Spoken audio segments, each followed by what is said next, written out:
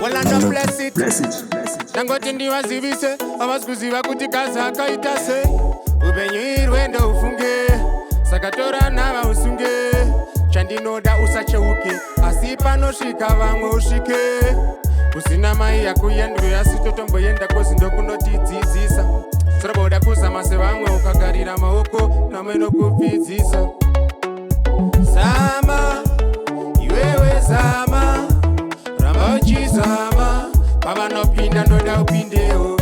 Ayeya zama iwewe zama ramba uchizama pavanopinda ndoda upindewo. Nekutaona chiborani mangwana chinofuma chakafa kana kutoka wako iwe nekuti nasana plani mangwana ndiye anozolafa. Kana zvaoma wava pakoma ndipo panotanga kuzomotsoma.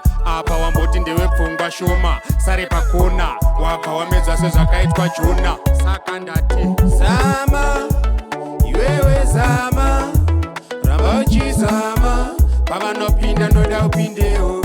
Ayeya zama iwewe zama ramba uchizama pavanopinda ndoda upindewo. Upenyu irwendo ufunge saka tora nava usunge. Chandinoda usacheuke asi panosvika vamwe usvike.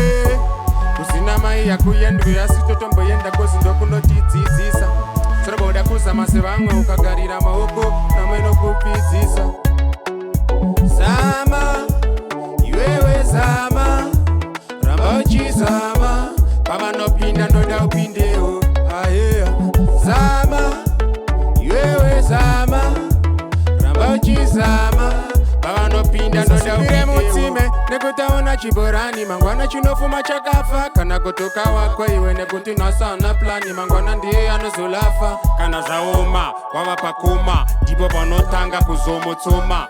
Apa wamboti ndewe pfungwa shoma sare pakona wabva wamedza sezvakaitwa Jona. Saka ndati zama iwewe zama ramba uchizama pavanopinda ndoda upindewo. Ayeya zama iwewe zama ramba uchizama pavanopinda ndoda upindewo. Zama iwewe zama ramba uchizama pavanopinda ndoda upindewo. Ayeya zama iwewe zama ramba uchizama pavanopinda ndoda upindewo.